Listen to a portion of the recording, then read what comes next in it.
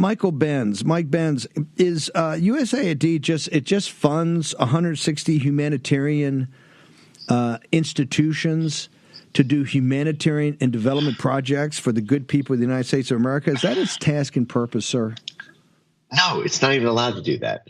It's a U.S. foreign policy vehicle. You have to understand, everything USAID does by charter is dual use. Under the cover of humanitarian work, they so-called advance U.S. national interests by accomplishing some goal in the region.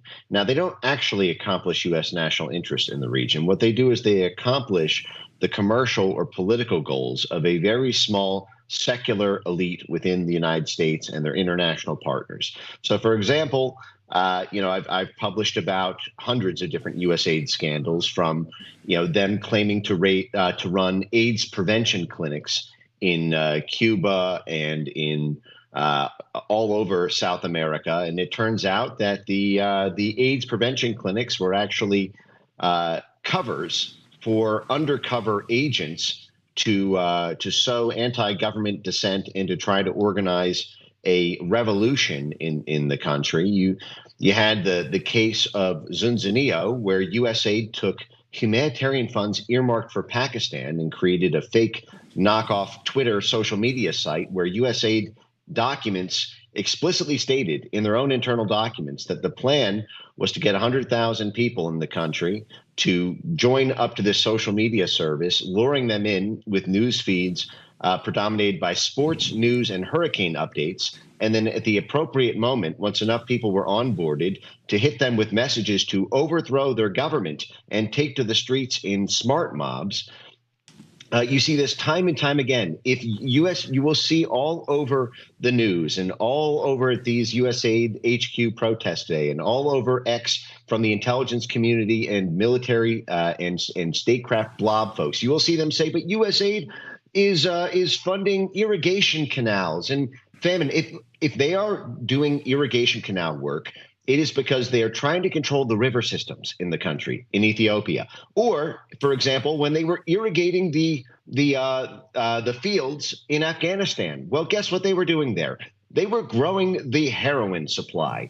As their companion, the U.S. Institute for Peace, was lobbying the Taliban to keep the heroin supplies flowing, because it would be bad for Afghanistan and the world if they shut down the poppy crops. USAID was funding, the irrigation of those crops in order to keep the supply of heroin flowing. You see this time and time again. If they are doing famine relief projects, it is to control the food supply and therefore control the population and supplement that with sanctions work to make people angry against their government or dependent on the U.S. to dole out that food.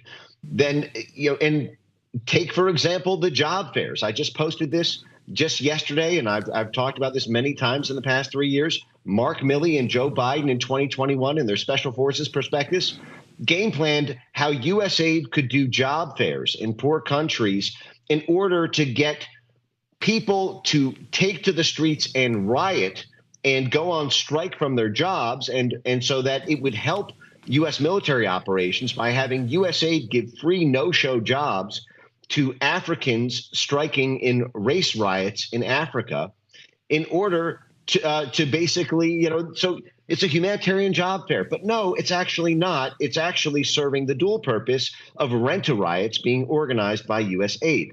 So USAID is just a mutant baby of the CIA and the State Department with a little top-up support to the U.S. military. And I could go on and on about this, but there's a lot of moving pieces to this story.